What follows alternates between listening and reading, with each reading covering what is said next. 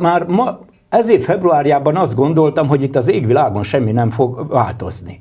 És akkor jött egy kegyelmi botrány, és a kegyelmi botrány rögtön megmozdította a társadalom jó érzésű embereit, akik azt mondják, hogy miről is van itt szó. Hát gondoljon bele, szerkesztő úr, a kegyelmi ügy az egy évvel korábban volt, és csupán azon múlott, hogy egy ügyvéd reggel a kávéját iszogatva lapozgatta a belső információs rendszer, valami közlöny, a kúriának a hírlevelét, vagy micsoda. Igen.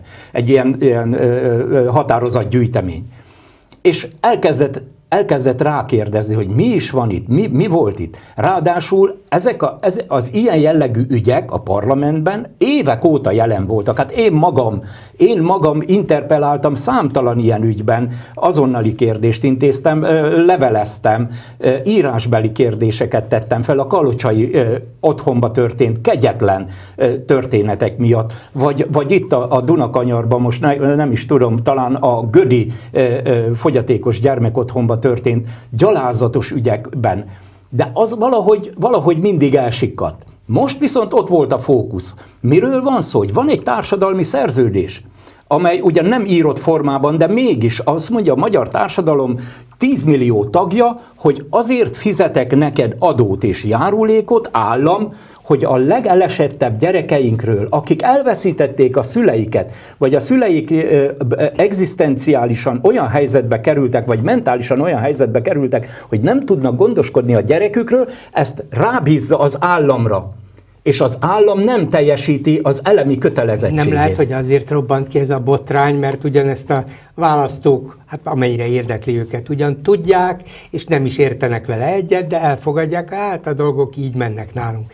De itt most arra derült fény, hogy a lehető legmagasabb szinten titkolják el, és sumákolják el, és még védelmet adnak, kegyelmet adnak olyannak, aki ebben tevőlegesen részt vett a rossz oldalon.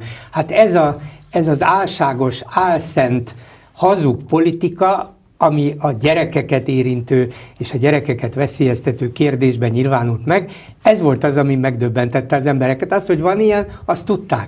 De hogy ott legfölül is, és még nem is tudunk mindent. És még el is titkolták. El is titkolták, és jó helyen kapizsgál, mert itt már most jött vagy 4-5 kérdés, benne van egyébként a probléma felvetésben, hogy a múlt héten Komját Imre, az MSZP elnöke, megkérdezi Polt Pétert, hogy hol tart a nyomozás újra a Kónya Endre ügyében. Amikor megpróbálta rávenni az egyik korábbi áldozatát, 5000 forintért,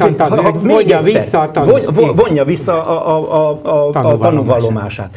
Hogy az ember esze áll meg, és még azt írja, hogy még tart a nyomozását. Nem tart és még meg se kérdezték az illetőt. A gyanúsítottat meg se hallgatták. Igen. Tehát azért gyalázat ez az egész, mert azon túl, hogy egész magasra ment az ügy, ugye elérte a köztársasági elnököt, elérte az igazságügyminisztert, ajánlom figyelmükbe, hogy hallgassák meg a kegyelmi főosztály volt vezetőjét.